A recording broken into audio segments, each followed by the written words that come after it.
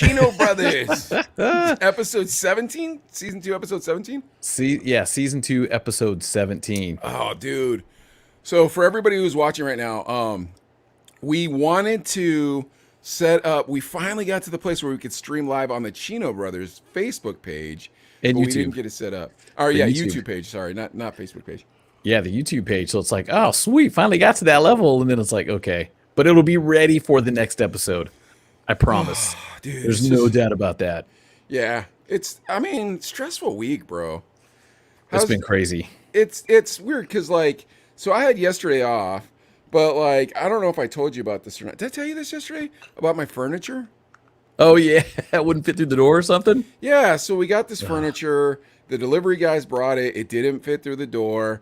And then they were like, well, see you later. And they just left it on my couch. But it was, or on my porch. But it was, like, right about to rain. And I'm just like, dude, like, what are we going to do? Yeah. Was it wrapped up or anything in plastic, at least cardboard? It did. It had, like, the plastic stuff that, like, it came in. You know what I mean? Like the plastic wrap around the couch. But the movers had, like, scratched it all up, like the plastic. So it was all ripped up. Yeah, so it didn't matter. So, like, if it rained, I was going to be screwed no matter what. And so it's like, all right, well, I've got to figure this out. You know what I mean? So, rough. Yeah, so got the contractor out on Sunday, got everything set up. But, yeah, I don't know. It is what it is. It's just kind of a weird week for me. Like, a weird week for no reason. Yeah, it's been a crazy couple days. My car took a dump. I thought it was a transmission, so I took it to the transmission shop, and they're like, we can't fix this. Dude, it's a transmission. Yeah, we know, but it's an electrical thing with the transmission, so I had to tow it another place. And I was like, dang it. Wait, where did you tow it to in the first place? Amco, right? That's the I feel like that's where you go, right? AA MCO. Yeah, for transmissions, right? Isn't that their that's all they specialty? do. That's all they do. And they're like, no, we can't fix it. So I had to take it to a place way down on the east side, other side of town. And we'll see what happens, though. But, dude, it's getting that car's 10 years old. What do you do? You got to weigh the options, dude, right? I would dump it. I would dump it getting a Japanese car.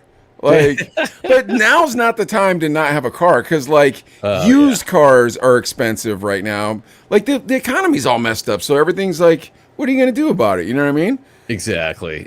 I got my bike. I'm going to ride my bike around. Ride your bicycle? Yeah, but Danny knows work is a good 20 minutes by car from where I'm at. So that's a good, hour by bike? Oh, yeah. Dude, you're just going to have to get a new car. Like, this is not a good week for you. And then Cade was sick, dude. And this is kind of, it's a little bit political. We're going to bring Danny on because I'd love to get Danny's opinion on this. Should we bring him on now or in a minute? I said we bring him on now, real quick. So everybody who doesn't remember Danny P from last time, Danny P is the program director over at Adelaide's radio station in Bakersfield. So yeah, and you want to bring him operations manager. Oh yeah, operations manager of the cluster. All three. He runs all three stations. Technically 4 because KNZR is AM and FM. Yeah. So and then last time we talked with Danny, we'd gotten like so far in, and then there were certain things that like we just couldn't get to because there was so much in his backstory. What's up, Danny? Hey, guys. Good to see you, man. How are we? Oh, dude, you look great. You sound great. DPs. I see him every day pretty much. So, but it's always a pleasure. Always a pleasure hanging out with Danny P, the operations manager. And Danny, the books came out too so we got to look that up soon. See how we did. I saw a little bit of it. Okay. Okay. Groove. Our old school stations always in the top 3-4 stations English speaking, which is always good. It's just you know what, that really is a testament to the power of old school, is what I say. True. We'll ask Mike a question. Watch. Go ahead, Mike. What do you think's beating? And besides Spanish, what do you think's beating an old school English station? Country music. Am I right? Country is up there. And what's the other one? There's another one that is always up there too. Whatever the heritage station is that usually plays sports. Mm-hmm. So maybe you're asking the wrong person, but I'm gonna say like the Bob FM or the Jack FM, the like adult alternative rock. It's actually a rhythmic station. It's a CHR rhythmic KSV, which is interesting too. So wow, that is interesting. Correct, though, Mike, in stating that it is a heritage station. It is a heritage station that is the top 40. Oh, really? Yeah. It's been hot for 20 plus years, right? Oh, well, it was Kiss before that, right? And still okay. So yeah, just kind of went from a Kiss to a Hot. Yeah. A little more rhythmic leaning when it moved over to Hot, correct? Okay. Frequency, so which buries those roots and becomes heritage. So Yeah. you're spot on with that statement. Well, it's always the heritage. This is real nerdy radio talk for those of you who aren't in radio, but it's always the heritage station, and it's weird. So what that means, you guys, is the longest running on that signal, meaning that signal, whatever you dial into, 105.9, 98.3, whatever it is, that signal has been running the longest and relatively on the same format for the longest amount of time in your city. That usually is the number one station. Yeah. And it's stuck around. It's heritage because the ratings are good. And they're selling it. So, yeah. Dude, I would never mess with that format. Give or take a song or some repositioning of the station. But I would never mess with it. They would be foolish to ever do away with that station. So, yeah, congrats to them. And it's CHR Rhythmic? Is that what it is? Yeah. Correct. Do you have a top 40 station in your guys' market or no? In our building, yeah. It's interesting. In our building, we do. We have a few in this market, to be quite honest. Wow. So more than one top 40 station in that market? That's crazy. Oh, we're saturated with top 40. At one point, I think, Adelaide, what did we have? Like 8? There was a lot, and then you kind of those hot ACs kind of blend in too. So you're just kind of like, again, sorry, nerdy radio talk. Everybody listening. So hot AC would be like a Bob FM or a Jack FM or something like that, and but plays currents too. Yeah, or the Point, like remember the Point in Tucson? Yeah, that was like the first hot AC. Yeah. On Mike's list of jobs he's worked at that I got fired from. Yeah, on my list of radio stations. That was when the hot AC wasn't really a formula yet, Danny, when they were just kind of like trying to try it out. And what was crazy is they were trying out hot AC. This is so nerdy. Oh well, sorry guys, we're having People fun. like it. It's radio stuff. They were trying out hot AC in Tucson while Phoenix was trying this real weird format that didn't end up working. But it was like they'd play Limp Bizkit, and then they'd play like Method Man, and then they'd play like Megadeth, and then they'd play like I don't know, like Public Enemy. I don't remember. Do you remember that station, Adlai, in Phoenix? I don't remember that in Phoenix. Crap. I can see Phoenix trying to do that though too. Was it The End? No, it was like I don't remember. But they called like they were gonna name it something. They were coming up with this format they believed was gonna be the new thing, and it was not the new thing apparently. Hip hop heads but then again, Public Enemy and Anthrax did a song together, right? I mean, there was a few of those. Well, yeah, and then like Limp Bizkit and Method Man did a song together. So I could see why you'd be dumb enough to think that would work. I don't know. That's kind of mean to say. I see why you could be that experimental to think that would work. And that sounds like something I would do at a friend's house. You know what I mean? Like at a friend, like at a friend. This, little of that. Unifest. Yeah, somebody's birthday. Like if I was like, okay, I know this guy likes rock music. You know what? Let me have a little bit of fun here. You know, if I could find the instrumental of name a hip hop song, and then I could loop this rock track underneath it. Everyone's gonna think I'm a god tonight. You know, something like that would be fun at a friend's birthday party. But in market 12, I just don't think you're supposed to gamble like that. Market, you know? Yeah. Well, what about the format, Danny P? You remember this on the West Coast, maybe 10, 15 years ago, the hip hop in Spanish. Yeah, the reggaeton. Was kind of popping up, and you're like, okay. And even the station I was at, we were hip hop y más. And hip hop y más. Yeah. In their defense, at that point, the first wave of the reggaeton music, the first wave, and I say the part that was out 2004 to 2006, 8. So Daddy Yankee with Gasolina. Yeah. I mean, it was Don Omar, Daddy Yankee, everything, and Pitbull starting to fall into that category. Yeah. So the Latin artists were really starting to make a push, and it made sense. But the unfortunate part of that, and I watched many stations give that a shot, was they were appealing. The audience was predominantly Mexican. With that music on the West Coast made no sense to the Mexicans. I don't live near a beach. I'm not. I'm not Cuban, Bolivian. I'm not anything. I'm not tropical. I Not tropical. I'm regional. yeah. I don't mean to joke, but it's the fact. I watch those stations just not go anywhere.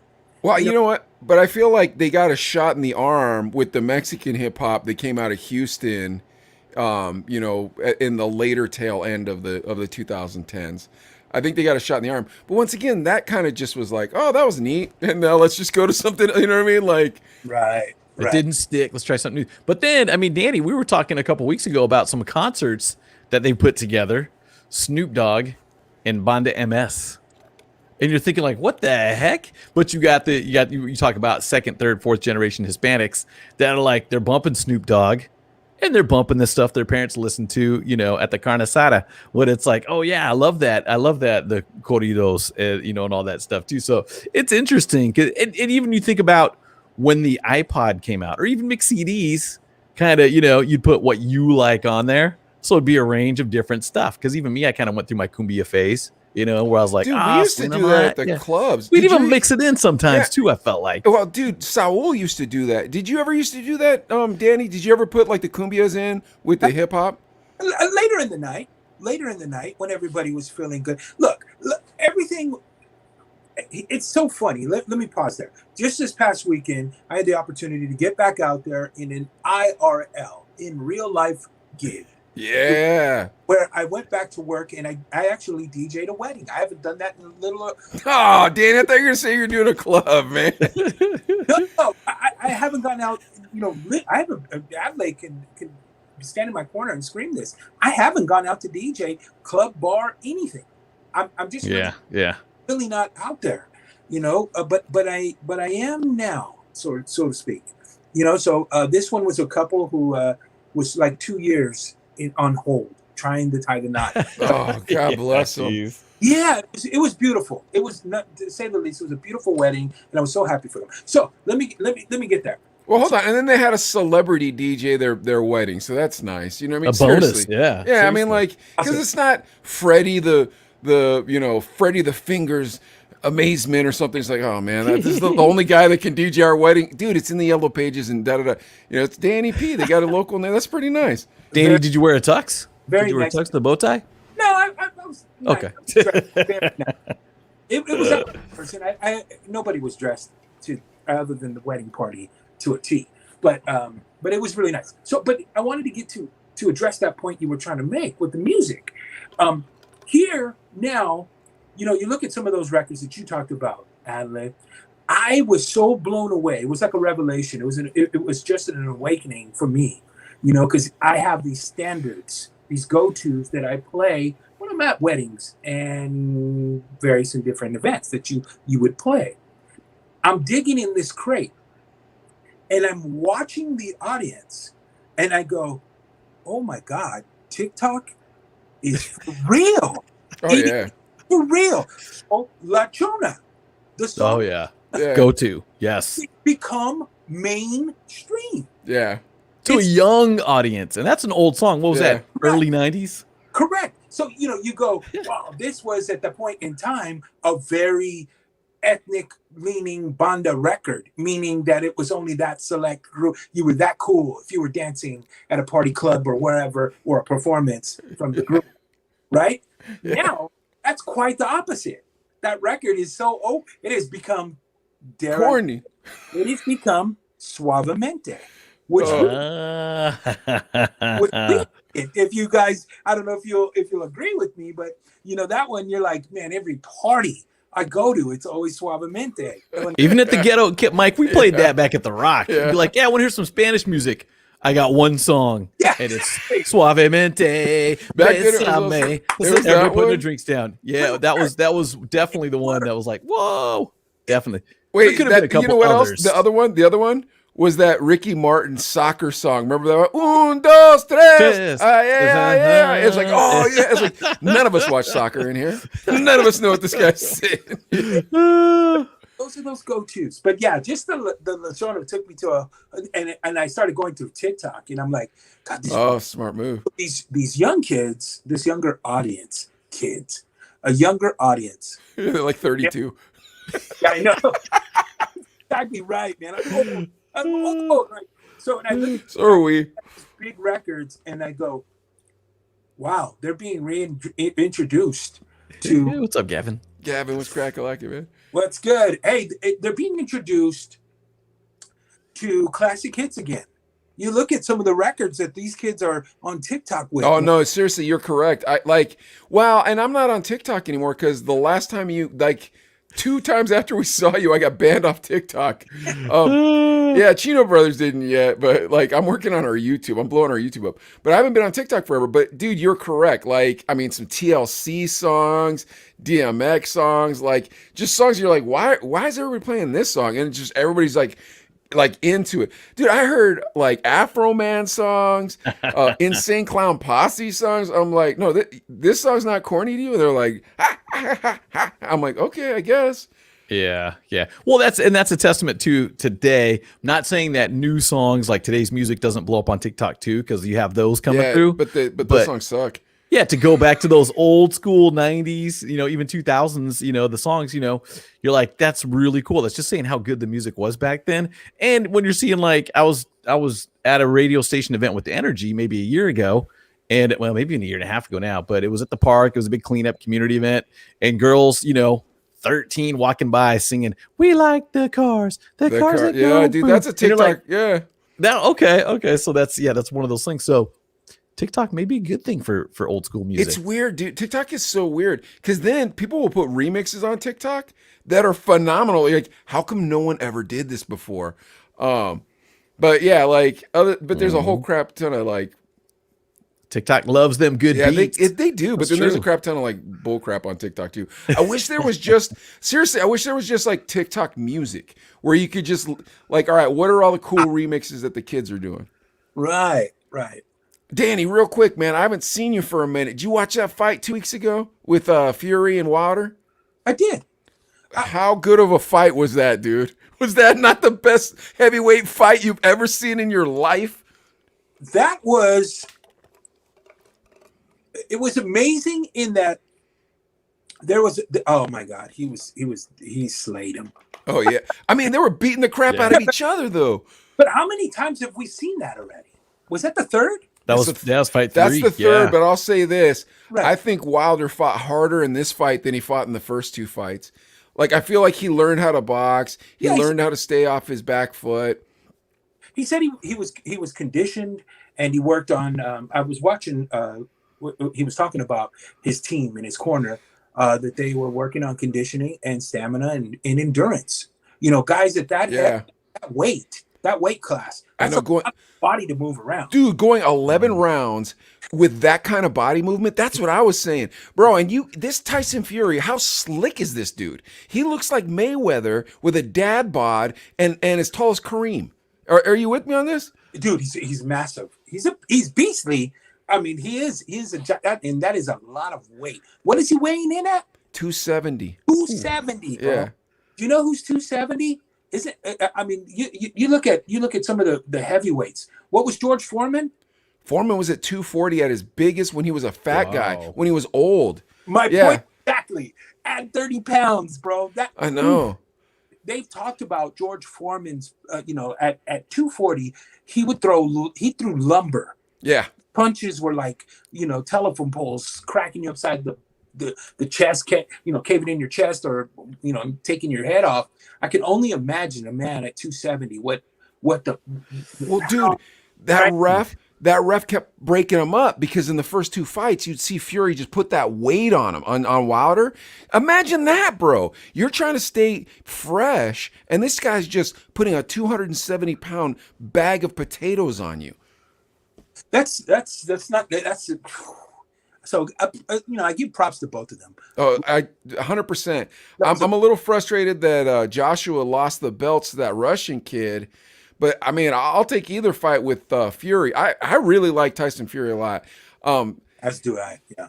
Well, it was like, I'm telling you, I'd never seen a heavyweight bout go like that. I was going to ask you this. Do you have ESPN Plus? Yeah. Have you been watching all those? Dude, go on there, go in the boxing section. They have the greatest bouts of all time. Almost all of Tyson's fights are on there. There's a Jack Johnson fight on there I watched the other day. Remember the first black heavyweight in 1910? This dude's fighting, maybe it was 1910, July 4th. He was fighting outside in Las Vegas. Fight goes for 43 rounds. Knocks the guy out in the 26th round. 43 rounds. I know, 43 rounds. Isn't that nuts? In the 120-degree sun in Vegas. What's 43 rounds? So the fight started on Monday. I know, huh? Friday night. Come back on Friday. That's how they used to fight back then, dude. And then Jack Johnson, he never got his due because he was black. And so, like, he'd get arrested all the time. He'd have to fight his championship fights in Australia. Like... Dude, it was nuts. He'd get arrested, Adelaide, because he would cross state lines with a white woman because he was married to a white lady. Yeah, they'd arrest him for it. That was illegal back then? Yeah. Oh, jeez. Okay. In the year 1910, 43 rounds. Yeah, dude. Yeah, and they didn't want to give him the championship shot at first because he was black. Like, they did everything they could to not give him the championship shot, and then an Australian won the belt. And so he flew to Australia because it was always Americans that kept winning, right? Australia won the belt. He flew to Australia, beat that dude like a rented mule, came back to the States with the belt on his shoulder. Like, take that, you racist, you know what? Look, the Aussies back then always had really good contenders. Oh, and yeah. They really could, box, man. They were really good boxers. The Jewish Americans, too, the Jews back then, man, those cats could fight, bro. It's like the Filipinos now because there was such poverty, poverty. It's like, what are we going to do? There's one way out, and that's to fight. That's why I like Fury, is because his families are gypsies. So they're all... Did you see Snatch, Danny? No. How have you guys not seen that movie? I got to put that on my list. One of these days, I'm watching that. It's all about the gypsy boxers, and Brad Pitt plays the gypsy boxer. Yeah, I missed out. A few times I had the opportunity to see it. I have the Roku TV, and it was up there. I think it's on HBO Max. Yeah, I think it's on one of them. It's on Netflix or HBO Max. I'm telling you, if you like Guy Ritchie, if you hate Guy Ritchie, you're gonna think the movie sucks. It's a young Jason Statham. Yeah. Statham's like 23. A great movie. Vinnie Jones, the British guy, Bullet Tooth, whatever. Yeah. And then a bunch of classically trained British guys who play mobsters. Oh my gosh, it's one of the most. If you like mobster movies, you got to see Snatch. I've had a few friends who were screaming, "Dude, what are you doing? I haven't had the time." So that's all. The movie came out 30 years ago. You had the time. Like, there's so many great movies. I can't believe that passed me by. And 30 years ago, guys, remember we didn't have streaming. That's true. Yeah, that's true. Either or you miss it, and there was times when I just didn't have the time, And they wouldn't have that one at the swap meet. It would be like, what is this, man? Get rid of that. Even Blockbuster, would it even make it to the shelves there? It kind of would, because now Guy Ritchie's cool. Back then, it was kind of like Kevin Smith or... well, remember, back then, Guy was married to Madonna at that time. Yeah. He wasn't yet. Right. Not at that. Not when the movies came out. Then he started dating Madonna and married Madonna. Because then he was cool. You know what I mean? It wasn't like, oh, she found this dude and then he became cool. It was like, nah, I make the coolest movies ever. And his movies I love his movies, man. I can't stop watching this guy's movies. Can't understand him with them Cockney accents, whatever. But yeah, that's what I respect about Fury, is that he was a pikey boxer and he came up through that ranks. Have you ever been to a prize fight before, Danny? No, can't say that I have. I had the opportunity to go to. There was a big fight in Vegas, and I had the opportunity, but it slipped by me. I forget what caused it, and I didn't get to go. But it was a big fight too, and I'm trying to remember. It wasn't Tyson, but it was jeez, who was on that ticket? It'll come to me. And I was so mad because I had the opportunity to go and hang with some people, party. It was a record label thing. Was it an MGM deal too? Was it going to be at the MGM? Man, that could be an opportunity of a lifetime right there, man. Woo. It was, and they didn't let up either after the fight. Again, but when you get these opportunities, and you guys worked in radio, you get it.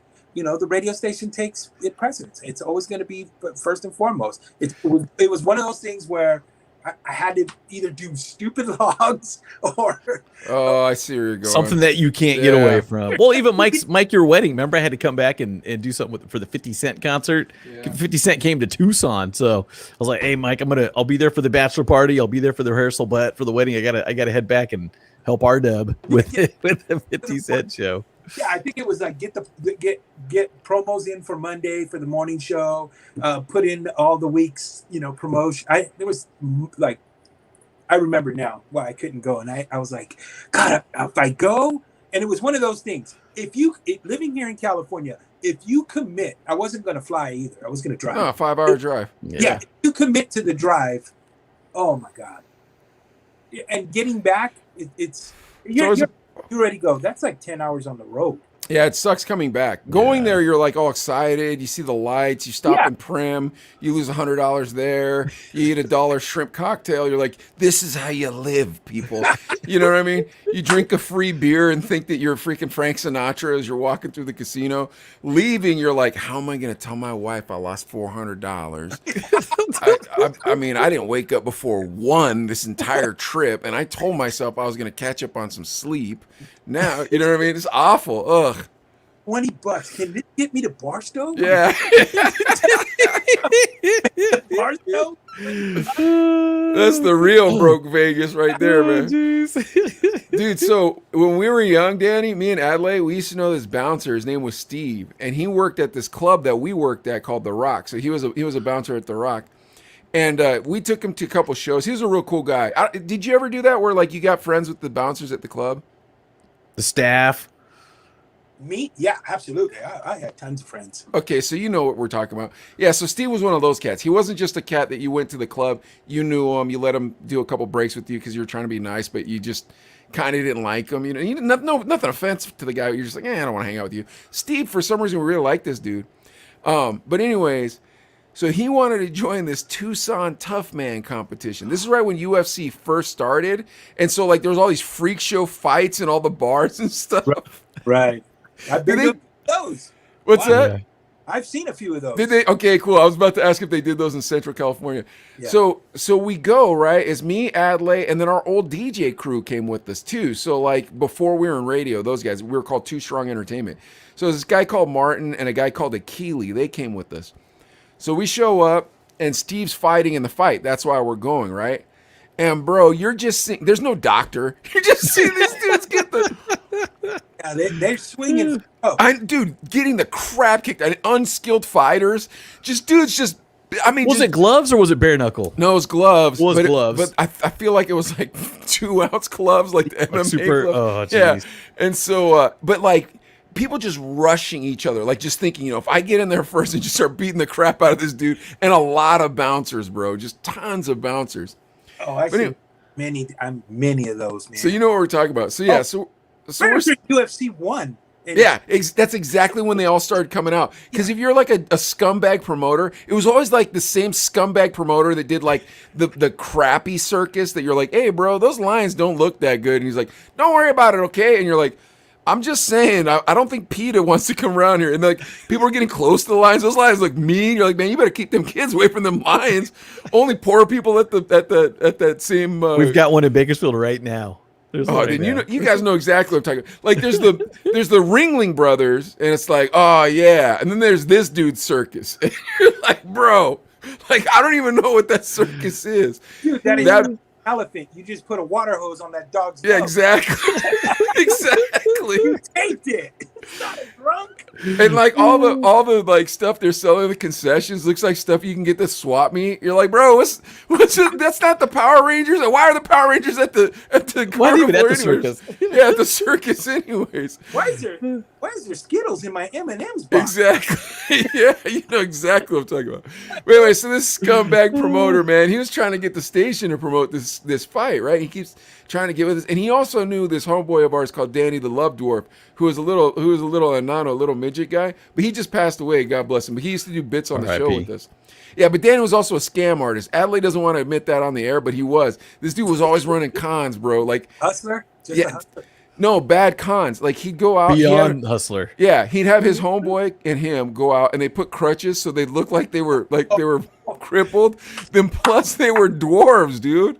I don't mean that's terrible. I know, dude. Trust me, you're gonna keep laughing at all kinds of terrible things from this guy. Then he made a fake nonprofit called Little People of America, right? And he'd be like, this is how his voice sounded. He'd go, "Hey, Sketch, look, this is what we're gonna do. All right, Jose got me a washer and dryer.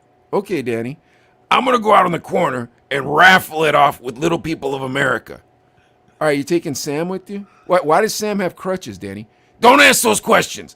Here's the thing. You're going to get the winning ticket, Sketch. No, I'm not going to get the winning ticket, Danny. Like, you're taking advantage of people, man. Dude, I'm telling you, that was Danny's shtick. And then him and Adelaide, he tried to rope Adelaide into selling water in front of something. Where were you selling water? It was the convention center. It was the Gem and Mineral Show. It's like a 10-day long event in Tucson that it's international. Everybody comes down, and we're just going to take bottled water in a cooler and just sell it. Yeah, it's but like, oh my the gosh. problem was, Danny, it was back in that time when everybody had a midget. You know what I mean? Like Kid Rock had one. Like everybody had one, right? So like when we were in college radio, I was like, man, I want one so bad. Then we got on the radio station. Did you have one too, Danny? His name was, I did mornings on Q97, which is rhythmic here in the Central Valley. And I named him Little Q. And he was a full-on raver. And you know what? Just an awesome dude. He found me over here on the groove. I don't know how he found me. A raver? Yeah. Was he young? Yeah, he was young at the time. How old was he? I want to say he had to be maybe 19, 20, maybe. That would have been dope. We had an old midget at our station, dude. Our midget was like 54, dude. Like he was 54, and he was a pervert, and he was a sham artist. And dude, he was such a weird guy. He'd always bring these girls from Hooters around to the radio station and be like, "Hey, there's Adley, there's Sketch." Like he would just tell people that he knew us, so that way he could have these pretty girls hanging around with him.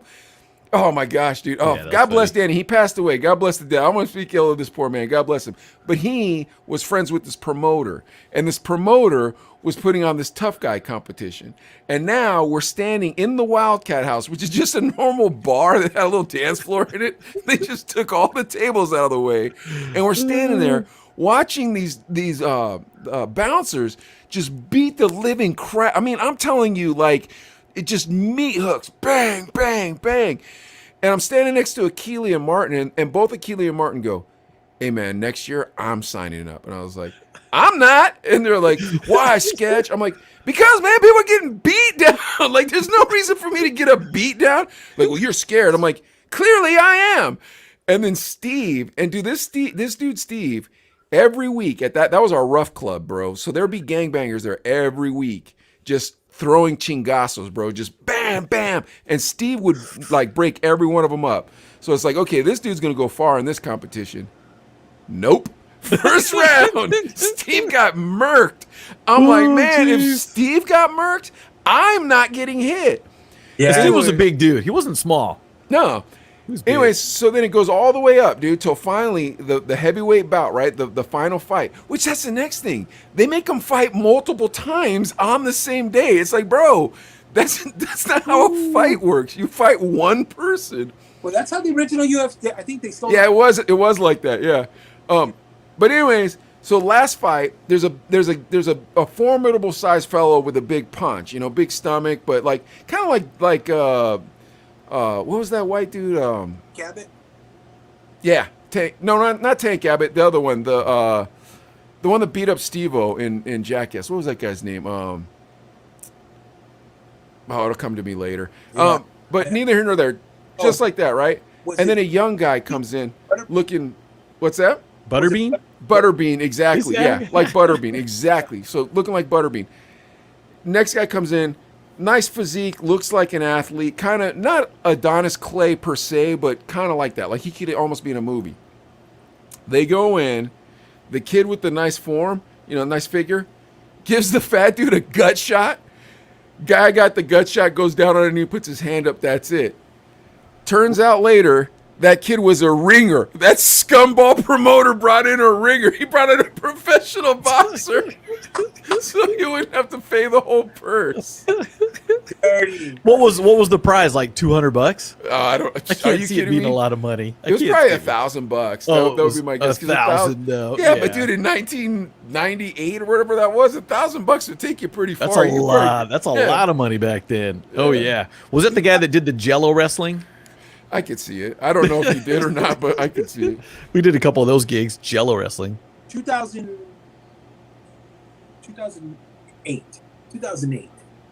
I knew this cool bartender. I'm DJing at this spot, and this bartender said that his ground and stand up was next to none, and he can whoop some tail. That was his claim to fame, and everybody around him pretty much said the same. Not very big in stature, but he wasn't like in shape but that doesn't mean anything. Yeah, and if you're a grappler, especially in 2008, jiu-jitsu was king in 2008. Correct. And really prevalent in that area for sure. But they said he was a scrapper, but he was an excellent bartender, right? That's how I knew him. So across the way is another nightclub, bar, restaurant, and the bartender over there had the same kind of claim to fame. So people were like, man, I want to see this. Oh, yeah. I would love to see these two go at it, right? One night, right before end of the night, 1:15, 1:30 in the morning. Wait, hold on real quick, Danny. What kind of bars were these? So the one you were DJing, that was a hip-hop place? I'm at a sports bar. Oh, it was a sports bar. Okay, and then the one across the street, what kind of bar is that? It's a nightclub, bar, restaurant. I don't know. It's I got you. At day, nightclub, bar at night. Gotcha. So I'm at the sports bar, and the bartender, and his name was Scotty.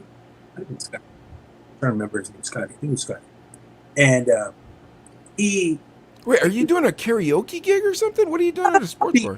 I was actually there for the it was an alternative station. Oh, okay. I got you.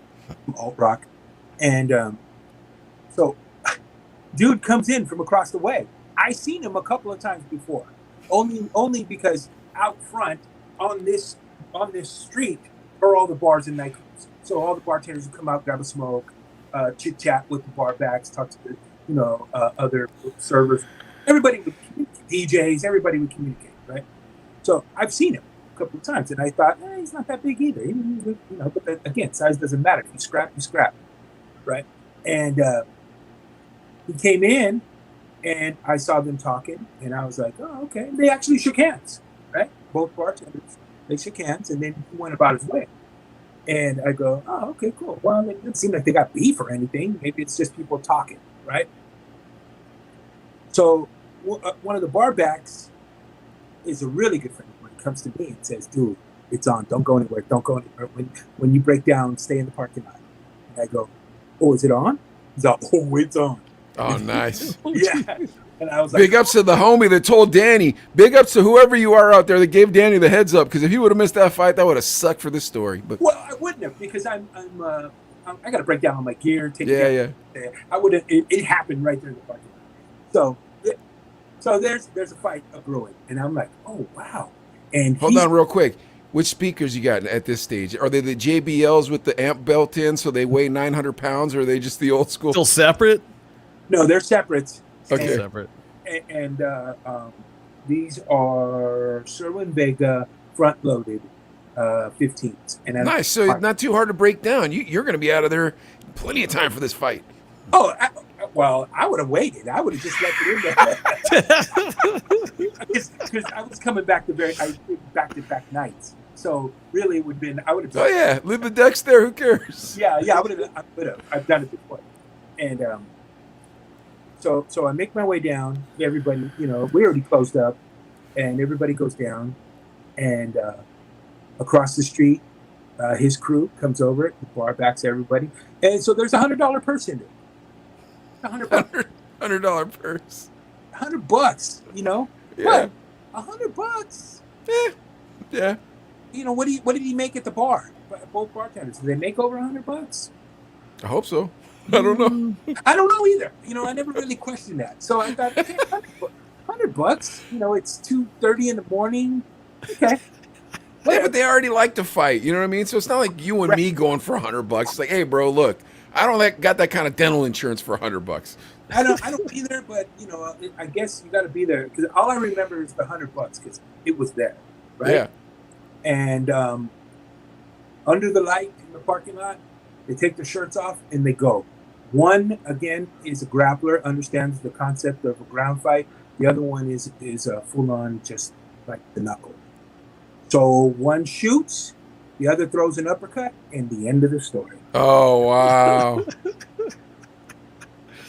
So we're talking 20 seconds? Oh, dude, it was quick. That's like that Jorge Masvidal fight with Ben Askren where he jumps up and hits him with his knee. It took 20 seconds.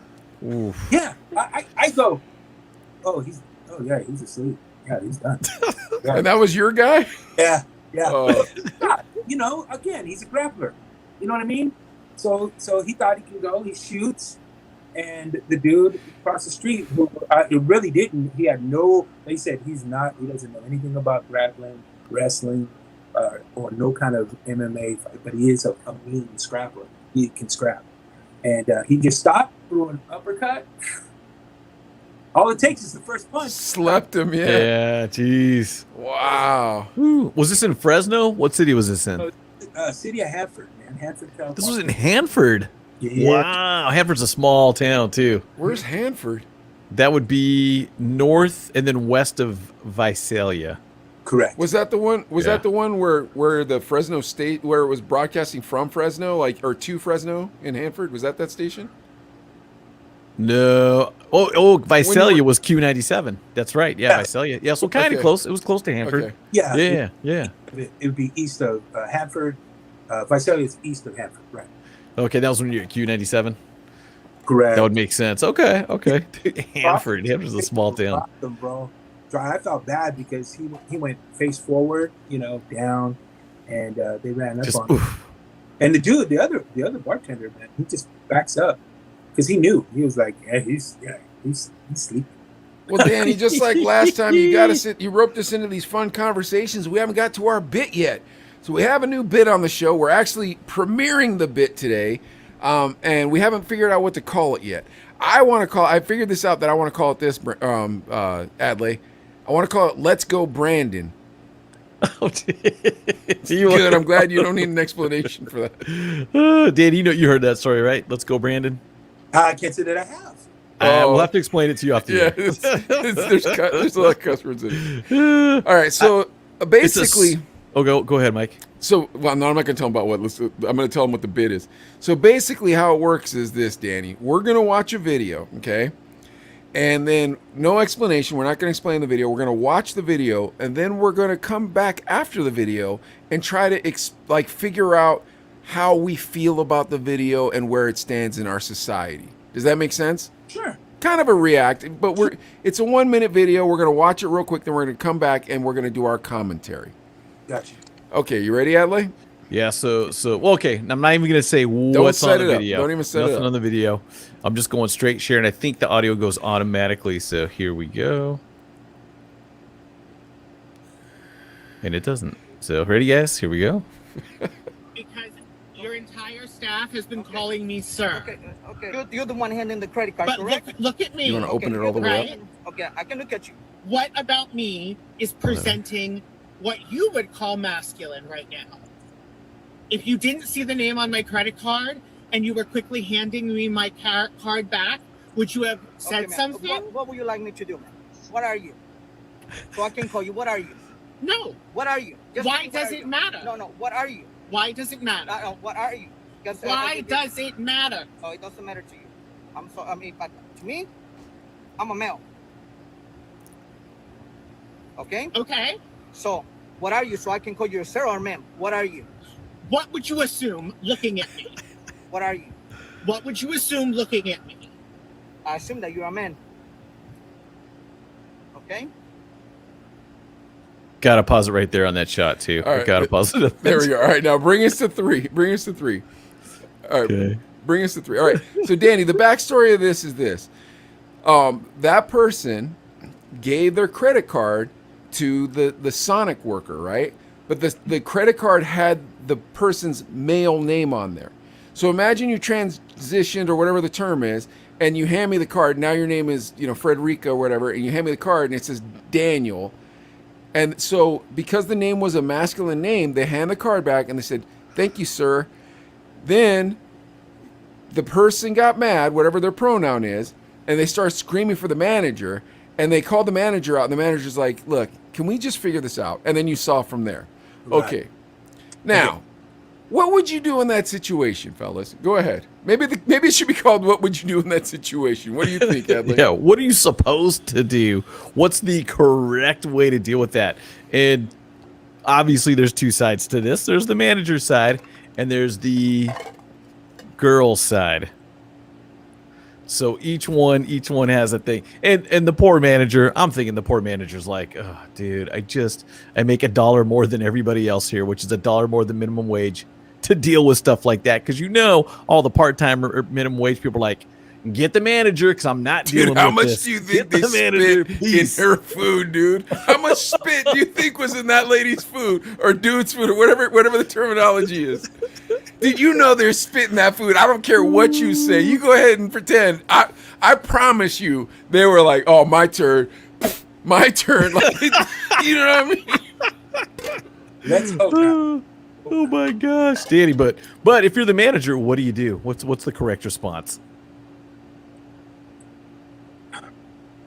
The correct response would be to. It's interesting because I'm really torn in that. I mean, I just went through a whole online course about. We went through the training. Did you guys have to go through the training, dude? We went through I'm training. so yes. glad I'm not in corporate America. Bro, I am so glad I'm not in corporate America. Now, here's the thing. When I said there's a bunch of spit in that person's food, I'm not saying because of their transgenderism or whatever it is. I'm saying I don't care who you are. If I'm working at that restaurant and you're being a blank hole, I'm probably going to spit in your food, man. I'm not going to lie to you. Danny, you never work fast food? You ever work fast food? No, but I did work in a market where we served food over a counter. So, Okay. yeah. Now, Adelaide, did you ever spit in anybody's food before? I'm not even going to ask Dan. He's got class. he's a national icon. I'm not trying to besmirch his name.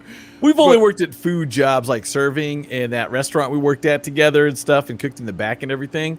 I've never done fast food. You're not answering the question. Have you ever spit in someone's food before? I've never spit in I anybody's have, food. dude. I worked in so many restaurants. Bro, you don't play with the staff. Like like people come in trying to act hard to the staff, and it's like, you do understand. Your food's in front of me, and you're not. And you can't see me.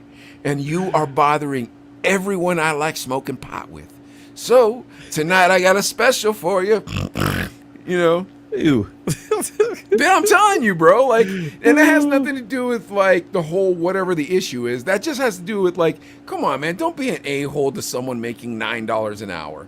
Like, why are you an a-hole to someone who makes $9 an hour, dude? Yeah, that part is just sad. Agreed. At that point, the proper pronoun, right? You would have to address her as a female. I mean, Danny, here's the thing. Whether you address her as female or don't address her as female, that's fine.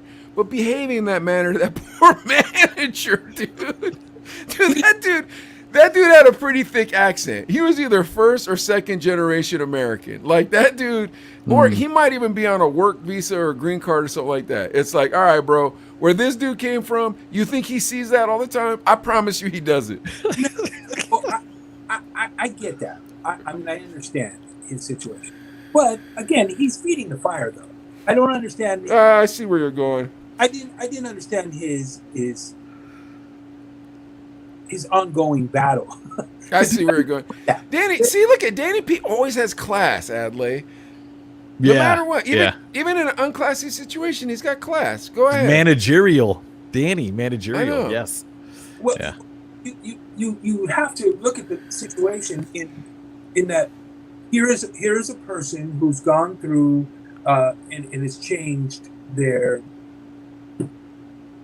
their appearance. And this situation, she didn't announce her name, right? So we don't even know their names. So No. she obviously this isn't the first time that she's had a credit card situation. So I don't know why they were sitting there bickering. You know, I mean, I would have been quickly to show after my ID. Obviously, it was approved. Were they not going to approve the order? Is that what it was? I'm confused. So give me caught up to speed. Why are they bickering? The play-by-play. She gives them the card. It has a man's name. They hand the card back to her. They say, "Here you are, sir." She got mad. That's What's where that? I'm hung up. That's where I'm hung up. So there was a problem with the card. No, everything was good with the card. It Okay. just said Ron on it or something like that. So when they hand it back, they say, "Here you go, sir."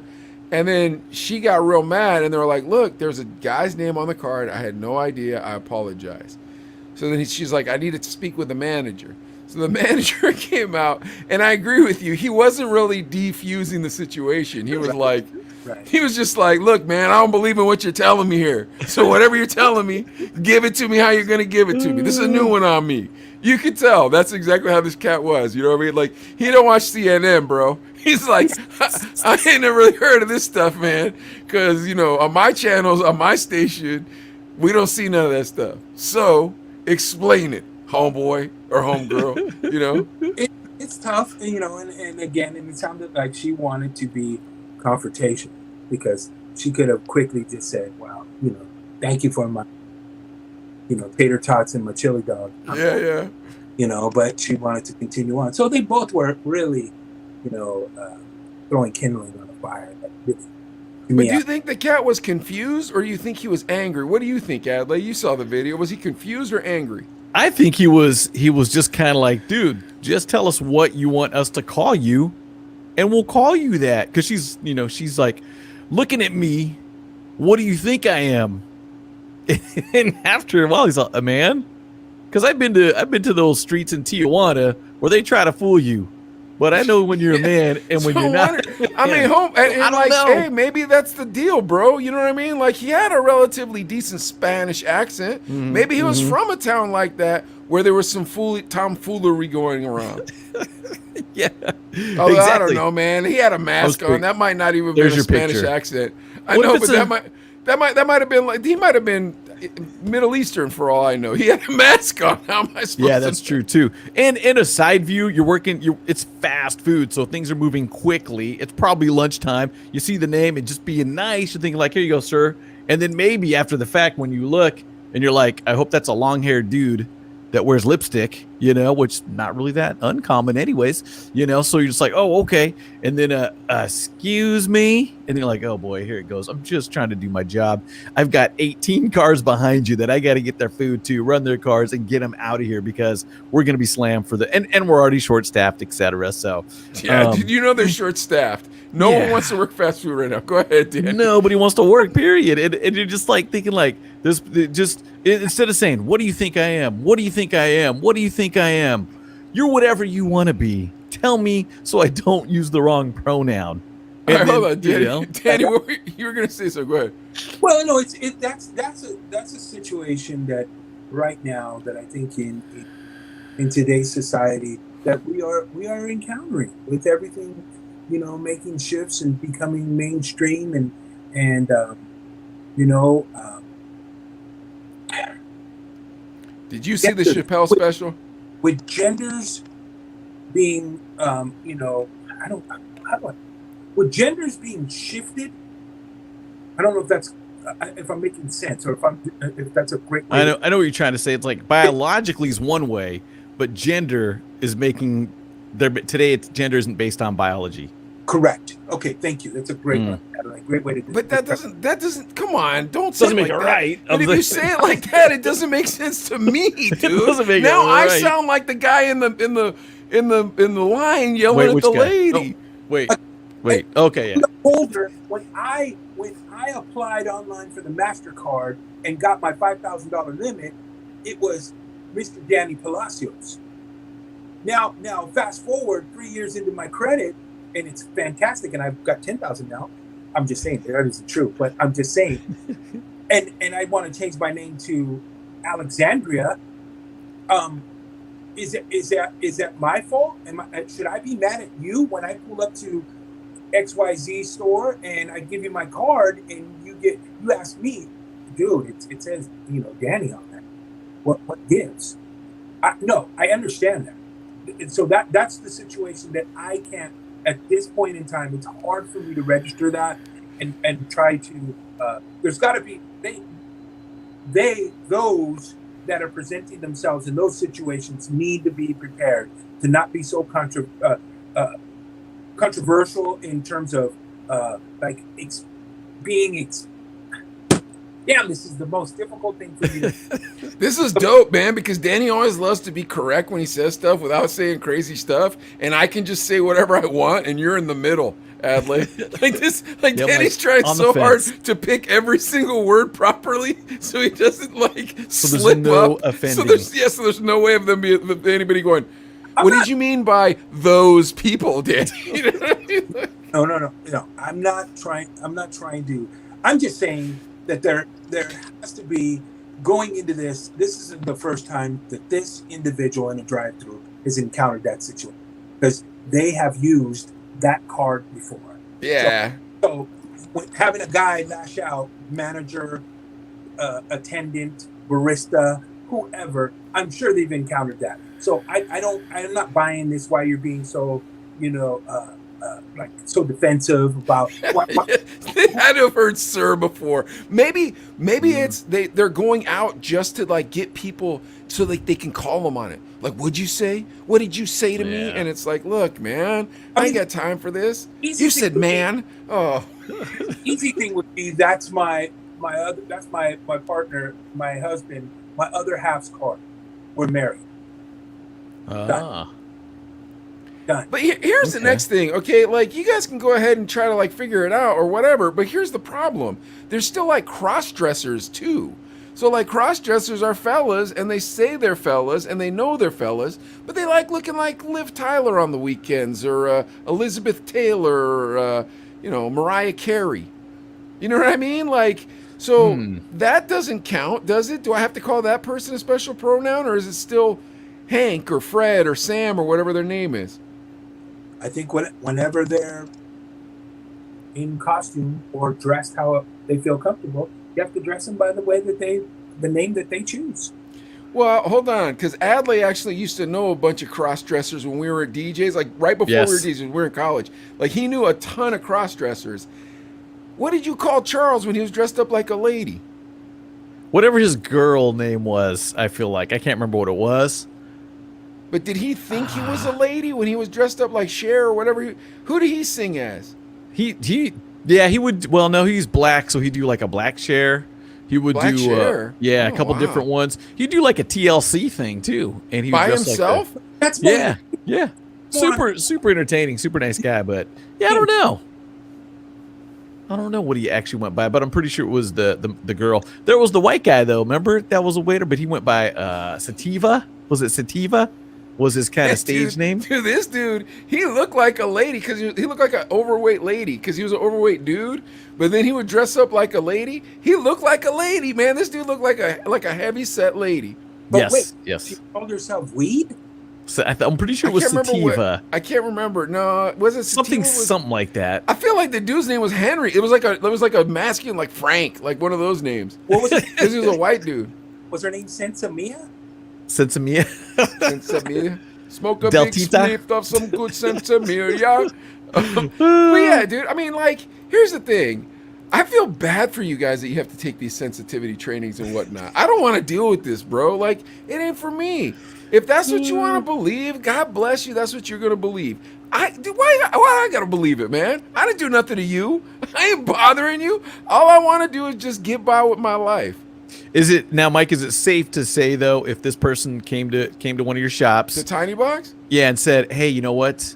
I prefer that you address me as a female," did in a really civil way, all right, cool. I could care less. I'd sell her whatever. Yeah. If anybody's watching from Tiny Box, they'll tell you that it actually happens, bro. We have this one that comes to the shop right now, and she always hits on Gavin, and Gavin's married now, and Gavin's like, "Bro, come on, man. I'm married, and even if I wasn't, really." Not my thing. Not only that, Dude, there used to be one who used to come to the old shop, and she used to hit on me all the time. I used to think, am I really that ugly, man? That like you think we're compatible for dating?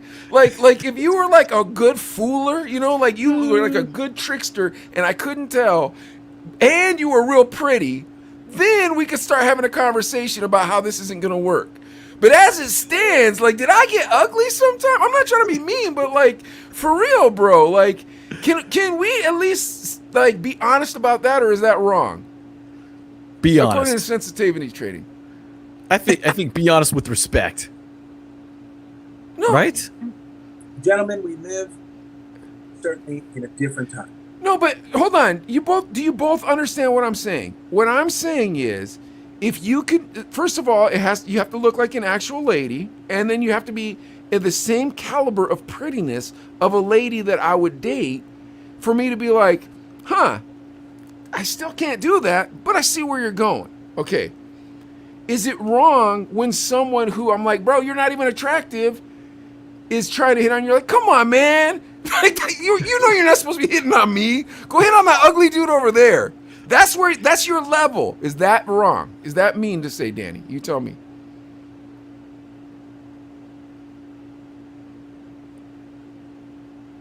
I don't buy my avocados off the side of the road. I buy them at the supermarket. That's what you said. Very diplomatic. You say it just like that. Hey man, sometimes them avocados on the side of the road are big and tender, hey, bro. But hey, Mike, we had some homies at the Spanish station, that were straight males, and they're first generation Mexico. And they said, dude. hey, if with you the know, mayate, they would say like, hey, if I hook up with a gay dude, I'm not gay. yeah. Danny, But, you know but- this.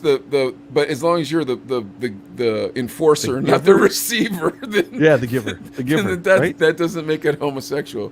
It's like, hey, man, yeah. That made it to mayate, bro. You never heard that term, Danny? You never heard that term, or is that a Tucson term? Not the The racial, racist not the one. racial part of it, but the fornicative part of it. You never heard that term in that manner, Oh, bro? In Danny's like, Tucson, please. yeah, in Tucson. Sorry, Danny, we are besmirching your name. This man had nothing sorry. to do with this tonight. Sorry, folks. He's a family show normal. Let's not talk about this stuff anymore. Can we change the subject for love of God? We're getting Danny in trouble. I wrap the Christmas presents. I don't open it. Ah.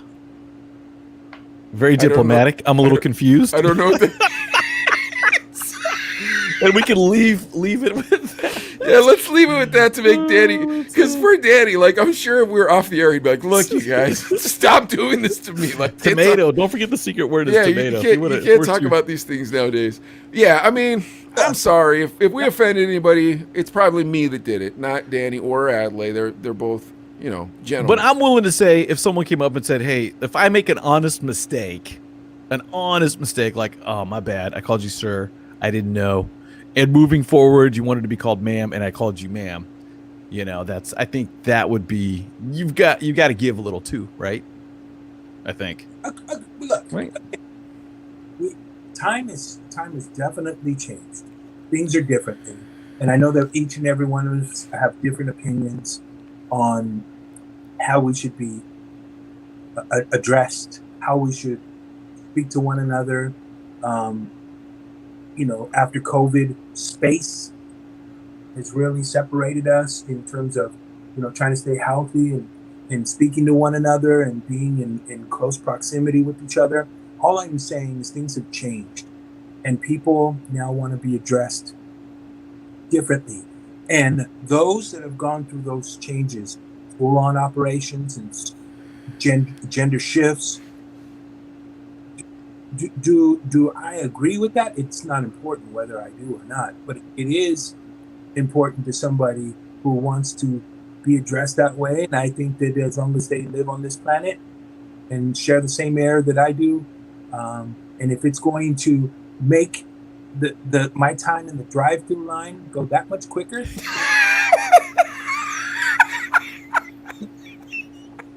make it happen. He's in the drive-thru. That is a true story. I love it. I love Danny. Hold on. Let me get at number 3. True or not true? Oh, that is great. That is true. I love that is that. true. And That's great. once again, I want to say No offense to any unattractive women out there. I'm married, so I wouldn't have dated you anyways. I'm looking out for Adlai. If you're going to be hitting on Adlai, you've got to at least pass one and then be passed for a pretty one at that. Yeah. Before he turns it down. And prior to that, it is not transphobic. It's just you're an ugly person, man. Figure it out. You're not a good-looking person. All right. Well, I'll still address you with nothing but respect and civility, like Danny just said, in politeness. Adlai, we got some news, man. What do we got? Oh, did Adlai freeze? How does Adlai always freeze? Oh my gosh, dude. He he hasn't frozen the past like several episodes. He's probably freaking out right now. Oh man, Danny, that was deep, dude. Did you watch the Chappelle special? I did. Yes. Now, how much controversy do you think that special actually should have? What do you think? I'm such a huge fan. Oh yeah, me too. He takes, oh man, all the lashings and everybody. Oh yeah. Drill him. I'm pro Dave, man. Oh, so am I. I love Dave so much, and I love his work, and I think he's just a great, solid dude. Now, do you think that means that the tide is turning? Because he did get 97% on Rotten Tomatoes. Adlai, kill that other page with you still up from when you froze, or else you're going to freeze take again. that off. What the heck? It's not going off. Close it. I don't think I can close it. Let me see if I can let me close it. It's Let me only see if giving I me can close edit. it over here. It's only giving me edit option. All right, Adlai, start reading some news while I try to close this. All right, guys. So this is our next story, and it's about, let's see, we're going to go with the Cuba Gooding Jr. Okay. Now, this is interesting because he's got his court date set up. This is crazy. Hold on. Danny, did you ever meet Cuba Gooding Jr.? No, I have not, and I love you. I mean, come on. Oh, great movie. Yeah, back to Boys in the Hood. Dude. Yes.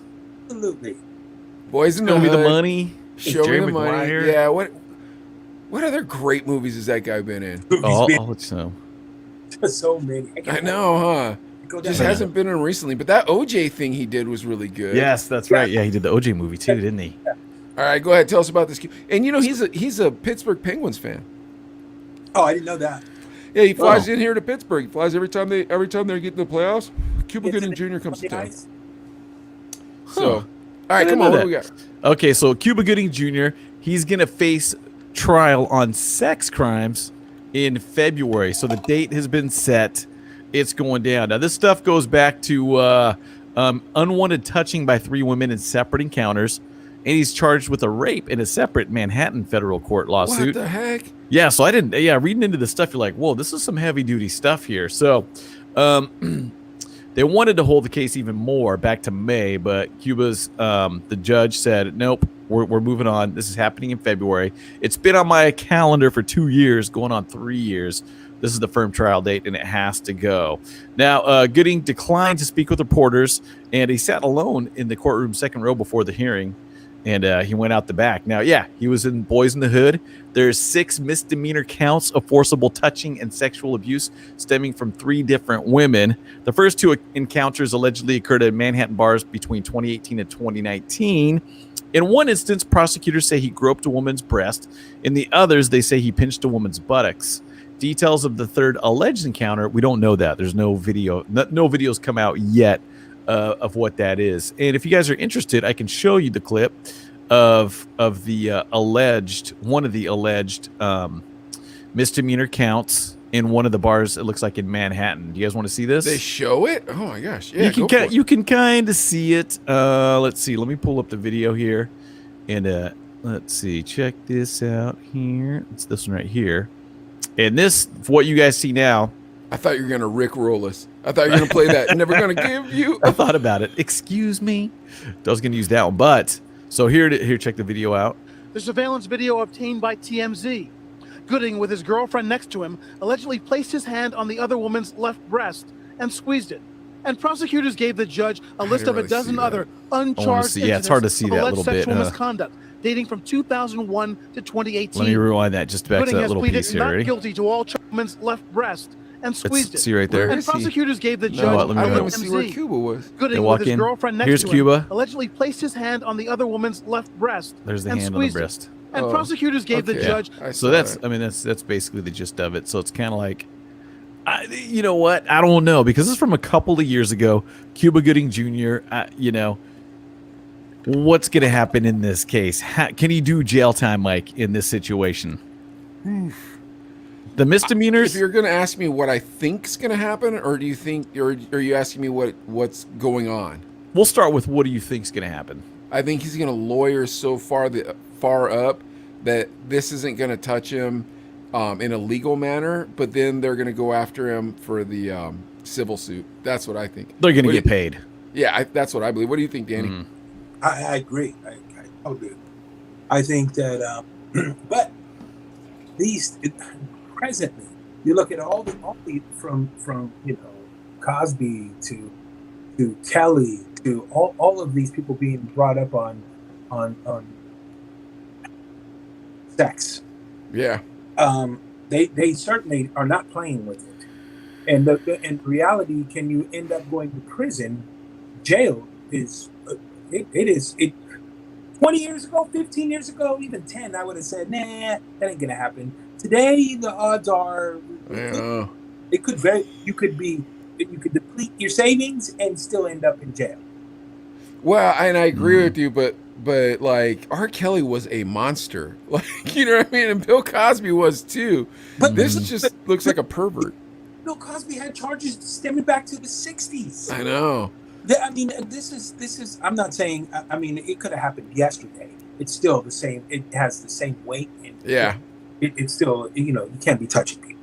No, you're not supposed to do that. But like, I feel like these Hollywood guys, they get to that place where they think they can do anything. Like, I almost feel like, because think about it, the rush of being famous. You know what I mean? So like, think about when you first got on radio, first cracked the mic, first time somebody came up to you and knew who you were. That was a rush. Now it's like, this is what I do for work. I mean, not that you don't love it, not that it's not fun. Okay, I bet those Hollywood guys feel the same, right? So they're like, I got to push it to the limit. I got to push it to the limit. They start doing crazy stuff. Stuff that normal people would never do, and so that's... Well, nobody tells them that it's wrong. That's why now we are now telling them, and then we're enforcing it, that it's wrong, and it's been wrong. You weren't able to do that in the 60s, 70s, 80s, 90s, whatever. In the Y2K, you can't do these types of, or live with this type of behavior.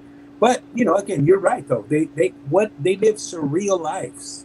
Nobody's there, but and if they, oh man, dude, that person you did that to is, and your lawyer goes, okay, well, we'll write him a check, write him a blank check. Yeah. And it goes away. And for them now, they start thinking that again, that's that surreal life. I got money. What do you think, Ad? I think, it's really important that you talk about that, Danny. The fact that, what we're now saying as a society, this is wrong. Hollywood, radio, the music industry was different 20 years ago. The way to get in, probably people took advantage of their positions in power. I'm not saying they don't do that now, but back then, hey, you want to be famous? You got to, hook me up or whatever. Even Lady Gaga went through that stuff a year ago too, talking about the stuff she went through. So nowadays it's like, hey, you know what? Unwanted is unwanted.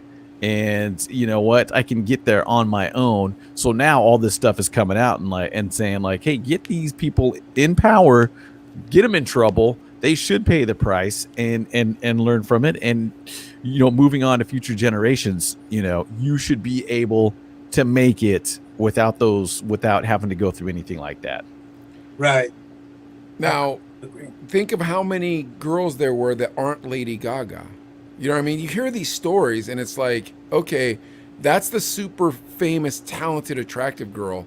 How many girls that weren't that talented were told by some scumbag, oh yeah, I'll get you, such the record and such. deal. You such and such.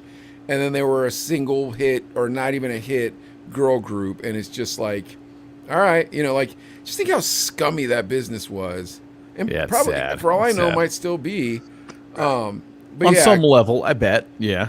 Call him to the carpet. I agree. We need to call him to the carpet. And I feel bad because I do like Cuba Gooding Jr., but if this is true, Cuba, you might be doing time, man, just like R. Kelly.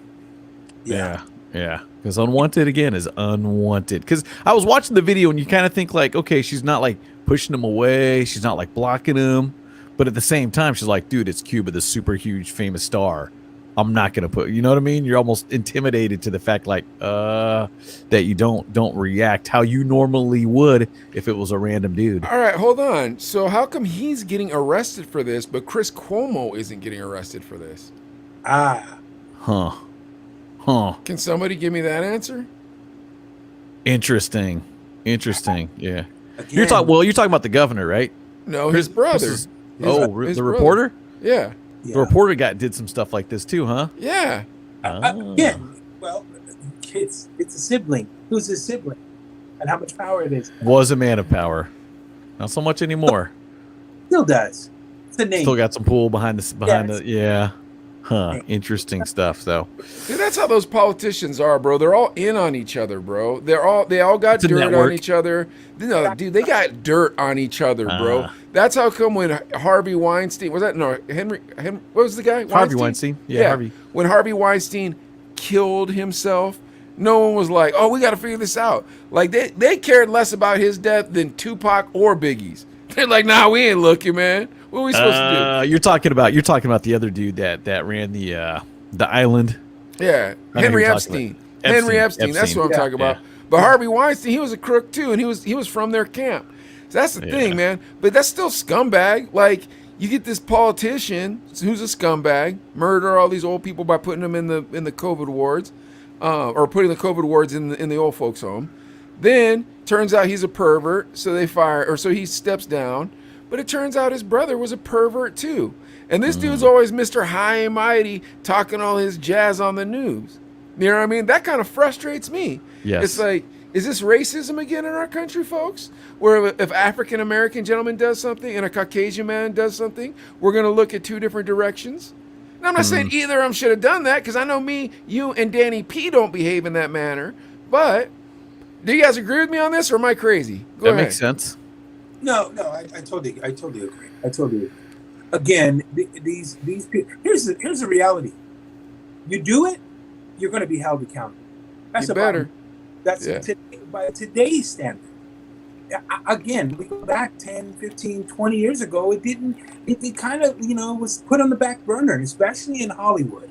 And then it started to, resurface its ugly face. People were raped, people were drugged, people were taken advantage of, and people got fed up and got pissed. And it was like, enough's enough. I can't do this. And then you had these old creeps that were in power and had these positions, whether it's in Hollywood or politics or whatever, but within power. And they started to take advantage again. And these people were like, enough's enough. And I have to agree with that. You can't take advantage of people. You just can't.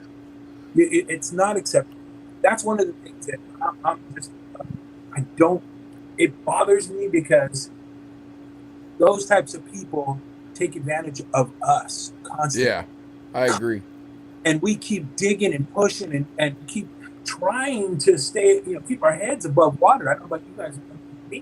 I agree. Every damn day. And I'm tired of people taking advantage, whether it's, sexual or just, just taking advantage, man. Unfortunately, like in Cuba's situation, that's cut and dry. His hand's on a woman's breast and it's not his wife's, and it's in public and on camera. That's going to be a hard one to fight. Yeah. Because all she has to say is it was unwanted. Yeah, done. That's a wrap. Yeah. But because they're going to go, okay, well, look at R. Kelly. Okay, look at the blah blah blah blah blah blah. It's going to get worse. Trust me. You think there's gonna be a big pile of scumbags falling out of the closet? And that's okay. Yeah, they deserve it, man. Yeah, I think that's okay. Remember, let's get it. But now, okay. This is where I'm headed. So we start wiping away all this scum, right? Now the playing field is going to be wiped clean. Watch yourselves. Yeah, because they're coming next. They're coming next. Any little you make Yeah, but you know what, Danny? Here's the rub. Is like I feel like the type of behavior these scumbags did, none of us would behave in that manner. Because if these three are coming out, think how many were actually, out there. That's first that decided they were too embarrassed to come out. And it's like, this guy's a scumball. Okay, there might have been a couple times in my life when I'm like, listen, I'm just making sure we're on the same page. You like me, right? You know what I mean? Or whatever it is. But there'd never be a time in my life I'd look back and go, holy cow, I could go to jail for that one. You know what I mean? It's just...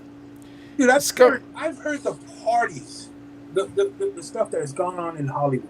You hear about those Hollywood Hills parties. Just yesterday I was having a conversation with the great Lonnie Jordan. Lonnie Jordan is the front man of the group War. One's the singer Lowrider. Nice. Yeah, we know War. Yeah. And Lonnie was telling me about his days with Eric Burdon of the group The Animals. When Eric Burdon took over and they recorded the song Spill the Wine. And Eric is fresh from across the pond, coming from England, right? And he was telling me about those Hollywood Hills parties. He said, look, I'm a kid from Compton, Danny. I was out in Compton, and then all of a sudden I was introduced to the Hollywood Hills and those parties by way of Eric Burdon. And he goes, and I walked into those parties, and, I would walk in, and on any given day, sitting there in the room, is Jim Morrison, is Janis Joplin.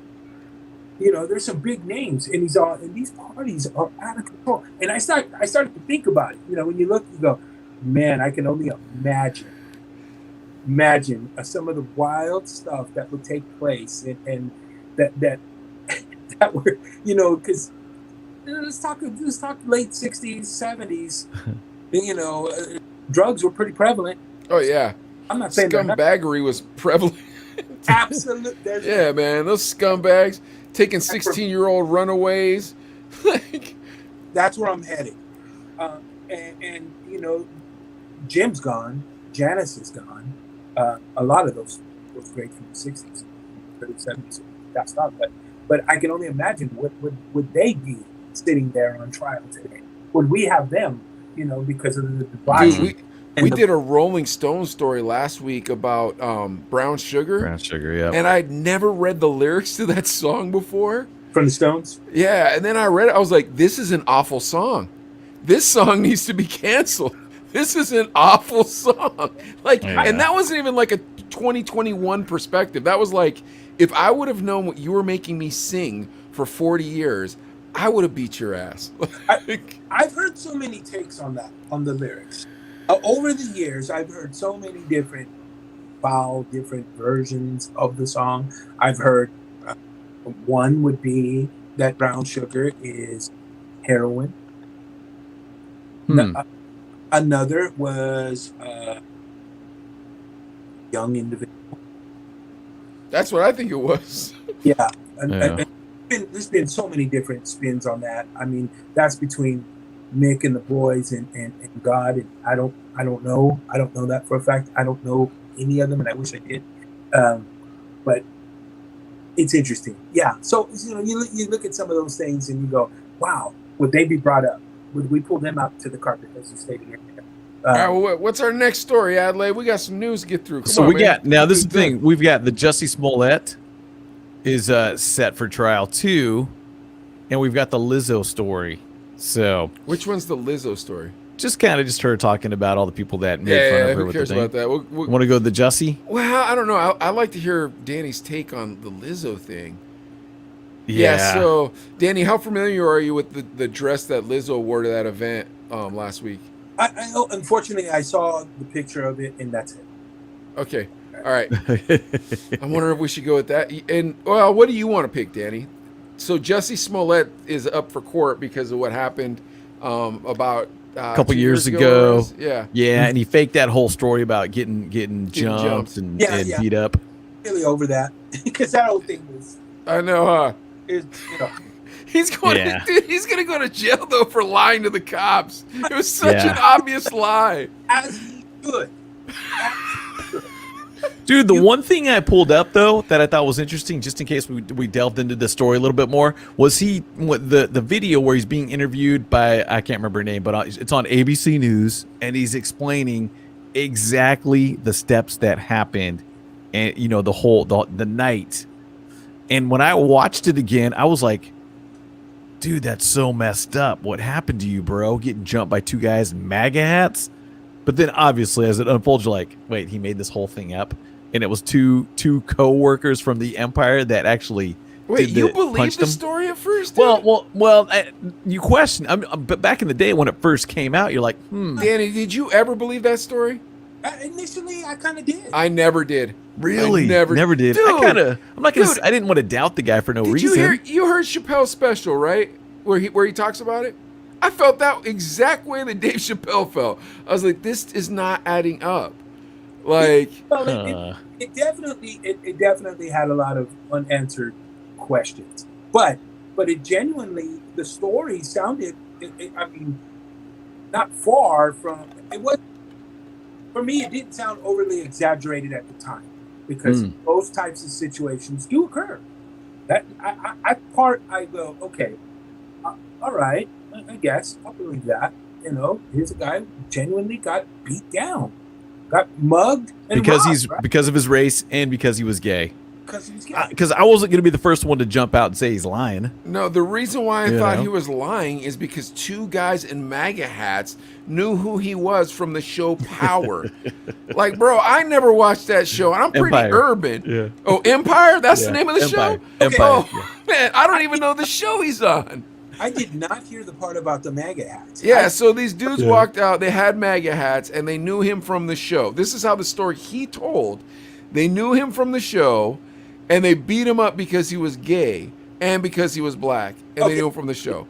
Yeah. So when I heard the story, I'm like, what racist Donald Trump supporter is going to watch that show and know who this dude is in the first place? Doing research. I don't know who this dude is. Yeah. I mean, again, but again, he's going to, as he should, he's going to jail. Yeah, he's going to jail. All right. Because he tried to get the city of Chicago, the judge, to be like, hey, just throw out the case, just drop it. You know what? I made a mistake. And he said the reason that he did this whole thing was because he was upset that what he was making on Empire, his salary was too low. I don't know if he was looking at what everybody else was making or whatever. But I'm thinking like, dude, you're making money. You're on a hit show. Stop. Lied. And you cost the city money. You charge me because my my home alarm goes off, and if it goes off twice, it's a false alarm, and the cop comes out, and I got to pay a fine for that. You lie, you pay. You there's no way around it. You falsified some information, and honestly, he elaborated a big story. And he milked it for a while, and that's the thing. You're kind of like, I don't want to be the guy that like doesn't believe him just right off the bat. Dude, I did not believe him right off from the bat. jump, huh? Well, you heard the giddy up, and then 50 Cent right away was all like, wounds and bumps and didn't he jack himself? Yeah, they punched him. Yeah, dude. But you know what? But he didn't get jacked up like he would have got jacked up on that. Like I'm telling you, I've been stomped out before. Danny, you ever been stomped out before? Pretty darn close to it. Okay, Jussie Smollet didn't look bad enough to have been stomped out. You know what I mean? I'm like, I could see somebody maybe giving you a hug. Maybe, like you got hit. That sucks. But you didn't get stomped out, friend. Like, stomped out, that's a different kind of beat. If you got two racist dudes. What's that? That's a 2 months later and you still feel it. Yeah, that's your arm looks different the next day, and you're hoping it's not broken. You know what I mean? And that I didn't see that in Jussie Smollett. And if it's two racist guys that are like, I'm going to get you, I'm looking specifically for you, and they have that much ire towards A, gay people, and B, black people, dude, I just gotta figure they're gonna beat the living crap out of them. But more importantly, how would they know who he is in the first place? It's not like it's like, oh, this is, some person you see all the time. It's like, dude, nobody knows who you are. Like, white people do not watch that show. Dude, I got a white brother-in-law. He doesn't know who Kevin Hart is. because he's that much doesn't like black people. I'm like, man, dude, you really are racist if you don't know who Kevin Hart is. Either one of you, if we came up and falsified a story like that, made some outrageous claims that we were jumped and beat and pummeled, close to death, and come back and find out that it was, completely a big story. What do you think? What would be the repercussion of that statement and that outlet? What do you think? Would you think that you would end up in jail? Oh yeah. We'd be not only would we end up in jail, that's how you'd be known for as the rest of your life. Like, Correct. I hope you don't want to get a job, because your only job is to be on TMZ or something stupid like that. You know what I mean? Like, you can go to TMZ and be like the dummy that shows up at the airport when there's not enough celebrities today. Yeah. That's it. Grandpa on American Idol with the pants on the ground. Yeah. You're going to be celebrity guest on the panel for sure. And I think that's going to be a tough gig to get too, because you're going to be like the guy that hired the guy that lied. You're going to be the liar. Because Mike, you're saying TMZ is in they're reporting on you because there's nobody else to report. Not, there's you're not going to nobody work for TMZ. What are you for? Yeah, okay. A lie. You're a liar. That's all you'll be. Nobody will trust you. I'm sure his trust between his friends and family is like, God, really, dude? Really? Oh, that would suck. I didn't even think about that. Could you imagine that's your cousin and you've been bragging on that? Like, that you've been riding on that for like 3 years. However long that show's been going. The show's been going for like 5 years, right? Yeah, it's been a while. So you've been riding on that for 5 years, dude. Every time you meet a girl, hey, let me show you my phone. You ever seen one of these phones before? Oh, I just have a picture of me and my cousin. Your and cousin's it's Jussie on Empire? Oh yeah. I don't know. You heard of Jussie Smollet? Oh yeah, me and 50 hang out all the time, or whoever the producer. Yeah. Blah blah blah blah blah. Now, dude. Oh, bro. I nobody want to hang out with you. You're screwed. Nobody. Honest, man. You are a complete liar. You screwed your cousin though, dude. Hey, you know Carlos? Carlos? Which Carlos? Carlos, the cousin of Jussie Smollett. Oh man, let's bag on Jussie Smollett for half an hour. Then we'll bag on Carlos. Dude, and take that a step further. Just think about the gay black community. He was a hero. Oh my gosh, finally it's somebody mainstream. made it. We got somebody on He's a hip hop show. On a hip hop show, and it's a hip hop show. And the dude's super talented, and he's a handsome dude. And oh man, he makes Well, I'm gay, I'm black, I'm a minority. That's not how we are. We don't just make. You know what I mean? Because you want to protect. They probably were ready to go to war for him after the stuff came out. You know what I'm saying?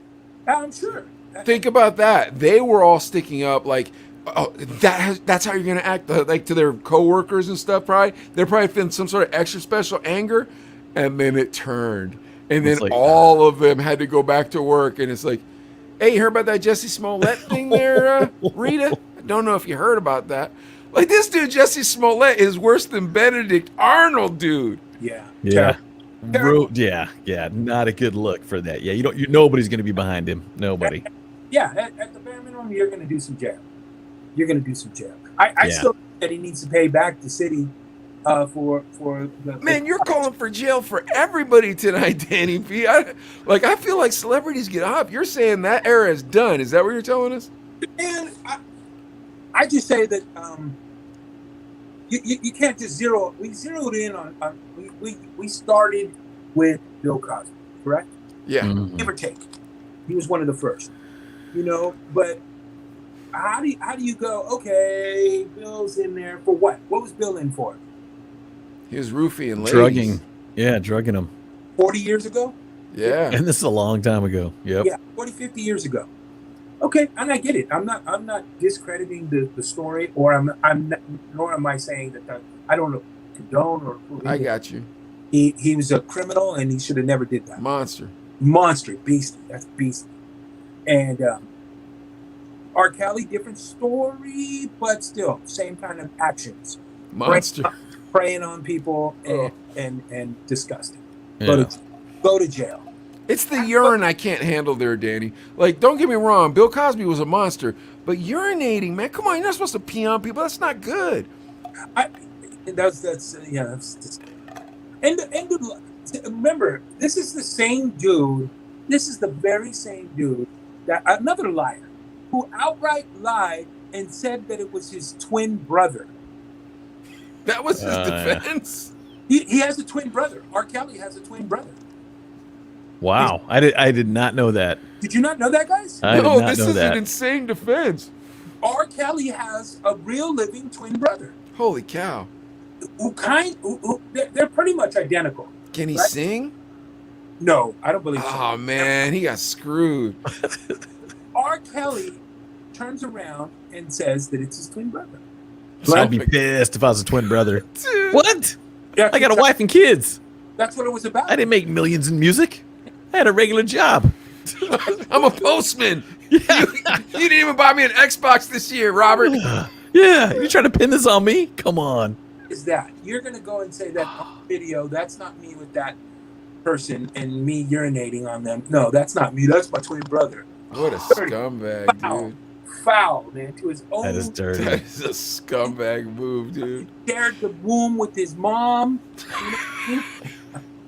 His own brother, and he threw him out like that. So that's the kind of individual that is, and yeah, go to jail. All right, Danny. Now we're getting to Cuba. Wait, though. I got a name Cuba for Gooding. I got a name for Danny though. Michael Jackson. Oh, Michael Jackson didn't go to jail though. Okay. Today, go to jail.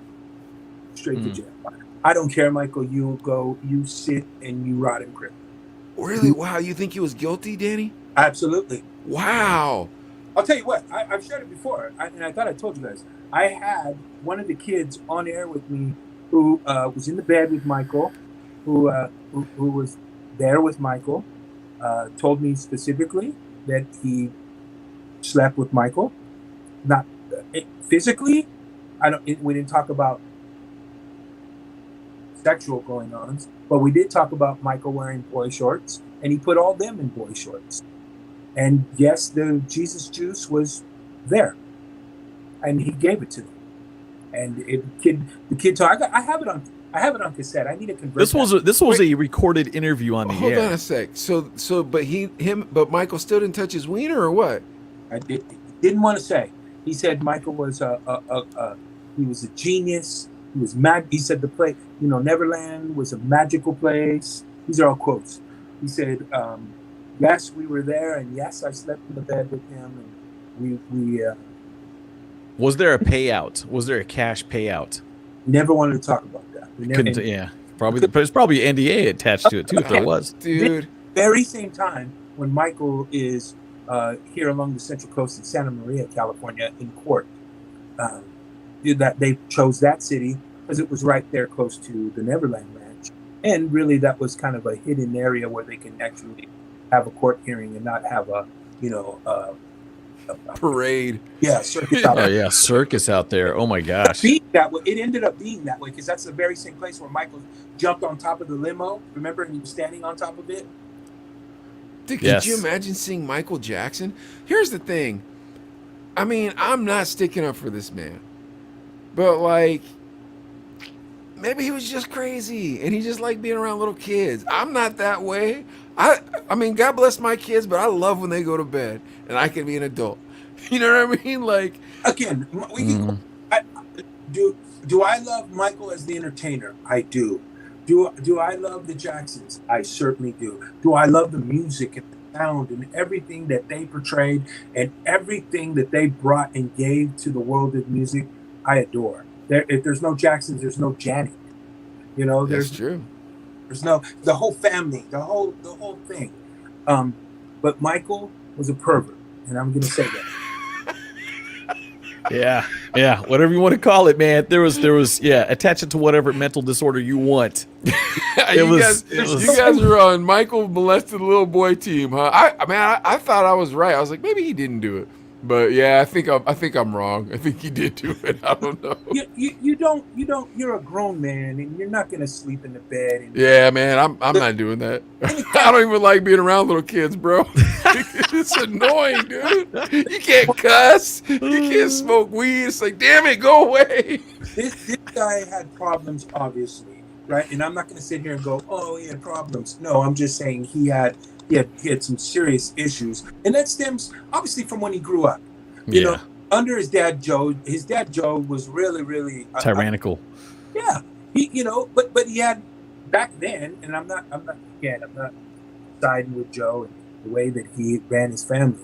A father back then, though, dads were rough. Dads were tough. Dads expected it's either this way, there's no way. You get it done, or there's no other. I'm not going to let you just get by. We're going to do it and do it right. And, but then he locked him in a room or something, dude. And Prince's dad. Yeah. But let me be specific. Michael just didn't prey on little boys. There was little girls. There was two. Yeah. That's proof. So that's weird, man. I don't want to talk about Michael Jackson no more. It's weird. All right. So would he go to jail? Yes. By today, we bring him back out, put him on the carpet, and off to jail Michael goes. Dang. He's going to jail. And Jussie going to jail. And 50 Cent said that was just a move to make it more popular, Empire more popular than Power. That's what it was. Yeah, again, Hollywood is a twisted place, man, and we can't live without it. We can't live without it. We don't need that. We don't need them scumbags. All right, Adelaide, tell us about what's her name, and let's go to bed. What's her name? Lizzo. Who's ready for some it. Lizzo? All right, so the Lizzo dress. Hollywood, gentlemen, if there's no Hollywood, we're done. We just talk about fun stuff. Yeah, it would be different. But first of all, I wanted to show you guys the dress. Remember the dress? She looks Mike nice there. Like that doesn't look bad. Yeah, I wonder if can I go a little. You can't see Remember, Mike and I saw the twerking video, and you saw everything. You do. Everything about it too. That's so like very. Oh man, it's not good. And I want to go to this is what I want to show you guys because she actually talks to the audience out there. And this is you're doing this on purpose. No, I want you guys to check it out. This is what she says. Like, this is disgusting. This is what's wrong with. Don't you have bills to pay? Don't you got mouths to feed? Yeah, instead of making fun of her. Don't you have a life to live? Don't you want to fall in love and make friends? And don't you got shit to do? Go read the news, bitch, before I read you, ho. Ooh. Why are you worried about me? Yeah, so you guys get the point, right? You guys get the point, right? But her hair looks good there. I will say that. Her hair looks good. She's an attractive lady, and she has a nice voice. I don't know why she does all these sexual stunts, but at the same time, bro, you get a lot of press out of that. I'll tell you right now, she just wore a regular Chanel dress. We wouldn't be talking about it right now. What do you think, Danny? I think Lizzo doesn't need the attention. I think she's really already proven herself to be. Absolutely, that's what I say. A superstar. It's interesting because I'm not going to go into the fashion world and start bashing what is popular and what is not. But I do know that when you go back and you think about some of the ladies in the past, that wore elegant dresses and that's what I'm talking about. Dressed nice when they would go from the town. That made a statement. That was powerful. That snapped necks. That snapped cameras. That made people go, how beautiful and stunning. That's what I'm talking about, yeah. And look you don't have to see nothing, and you know that person is a powerhouse. And I'm not talking just her body, because you can just tell the way she carries herself. That's it. How fantastic the package is. And by coming out with these types of clothing and hold on a sec. Wait, I want to hear the rest of this. But not only does she have that nice outfit on and holding herself in that manner, then she opens her mouth and sounds like a songbird. How you like them apples? You know what I mean? You're like, oh my goodness, you put a spell on me. What are you doing, lady? And no profanity. Yeah. Don't and has again. Am I being for the most part? It's pretty clean. Yeah. Well, yeah. For the most part, back then, I'm talking again. I'm so old. But I'll go back even. I'll go back 30 years. And they were carrying themselves. And then all of a sudden, again, I'm not a fashion type of guy. I don't know what's hot or not. I'm wearing an AC/DC shirt. Yeah. But my point is, they overrated. She like Lizzo. My point is, she's already proven herself. That's I what I'm don't saying. know why you need to have, with all your stuff hanging out. What message are you conveying? You know what I mean? I know you feel secure about your body, and people today are very judgmental about. They're talking, like I saw Jonah, what's his name? Jonah Hill. Jonah Hill. Yeah, he put the weight back on. Yeah, don't comment about my body, and I don't want to comment. Okay, I get that, but how do you expect me not to comment about your body when your body's hanging out? Tell me, argue with me on that one. What am I supposed to? And if I have family and friends around, and it's one of those things. That bothers me. If I have family and friends around, like I like how Daddy's like, I don't want people thinking I'm looking at porno on my computer, man. I'm looking at the Lizzo video. I was watching Tucker Carlson, and he brings up the Lizzo dress. And now my pastor's coming over. He's like, Danny, what are you looking at? That's what you're into. He's like, look, brother, I am. This is not a fetish. Look, we were going to have fellowship, and I'm bringing the men's group over. These are some of the things you don't want to pick up for Christmas.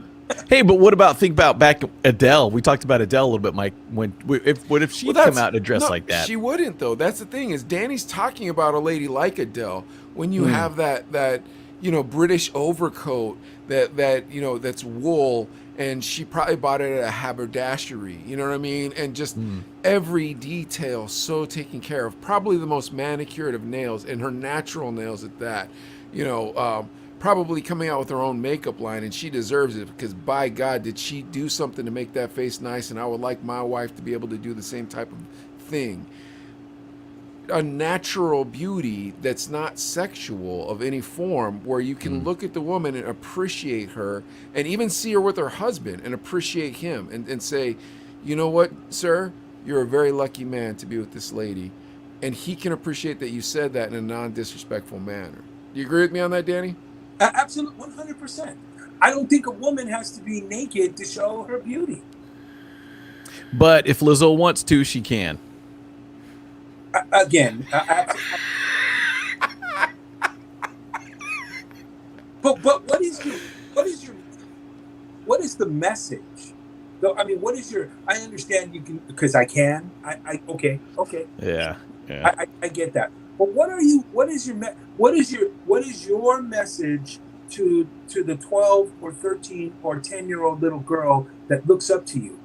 What is that message that you're sharing to her by wearing? Yeah, that's sad, because they're thinking, to get attention, I've got to dress you're almost naked. No matter what my body looks like, I got to get attention. That's how I get attention. You're certainly not. Your demographic that you appeal to is young ladies. Those younger, yeah, you're right about that too. So you don't, no matter what your body is, you don't need to almost be naked. Yeah, well, I don't get that. That's the part that bugs me. If you have a mediocre voice and you kind of can dance, then yeah, you got to come out naked. You got to be smoking hot. But if you sound like a songbird and you can put that rhythm behind it, and then give me a slow jam that I can remember, we don't need. You could be dressed. You could be wearing a paper bag for all I care. You look great. You know what I mean? Like, we don't need to add this sexual whatever. Oh, I'm tempted to go off on a tangent right here too. What is it? I was gonna say the Lil Nas X in some of his videos. Again, naked dudes everywhere. Rick and Danny are and Lil Nas X is a very talented singer, rapper, entertainer. But you're like, oh, do I have to watch the video? Yeah, it's, again, what is your message, dude? I don't understand. Look, if I could spend a moment with him, bring Billy Ray back, bro. Yeah. Okay. Bring back good music. And his music is good. That's the crazy part. It's actually really good. I don't understand. It's like Mike won't agree with me that the music's good, though. No, I won't. but is it creative? But dude, here's the thing. I didn't like creative. Duran, so obviously I'm not picking all the hits. You know what I mean? like I don't know a hit when I hear it all the time. I'm not freaking Tommy Mottola. Point like, hey, taken. guess That's what? good. I got this one for you, kid. Like, no, I don't. again, well, what about Lady Gaga? What about Prince? What about Madonna? Madonna, yep. Go on and on and on about the artist and their fashion and their design and their presence and their appeal to the audience. What are they trying to convey? I think that's why I like Sia, because she doesn't even show her face, dude. And she sounds amazing. Yeah. Like, you have no idea what she looks like. I'll agree. Yeah, but again, not to lose focus on Lizzo. I just think that's you're doing too much. You're just doing. I wouldn't like to talk to Lil Nas X, but I would like to talk to Lizzo. I would love to sit and be like, Lizzo, let me explain something to you. The type of fella that you probably want to end up with would probably like to see you in a nice winter coat. And you might want to go talk to Adele and then go talk to somebody over in Britain and learn how to dress like those people, because they dress amazing and you can wear whatever you want. So put on something that makes you look like a brand new lady and show up with somebody really cool like Common. He's unfortunately taken, I think, most Tiffany Def is Haddish. single. You know what I mean? Go to an event with Mos Def, just as homies. Here's on that same note, this is kind of what I would say to Lizzo is save some for the bedroom.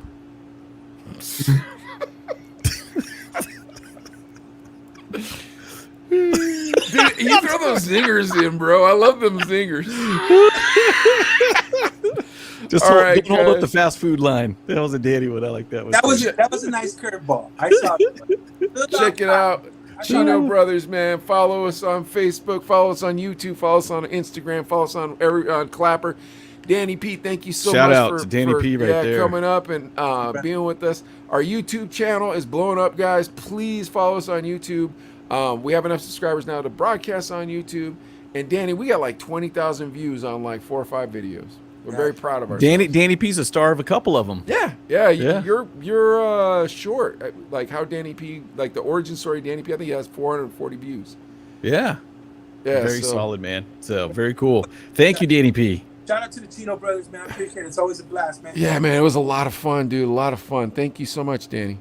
Thanks, everybody. We'll see you next time. Oh.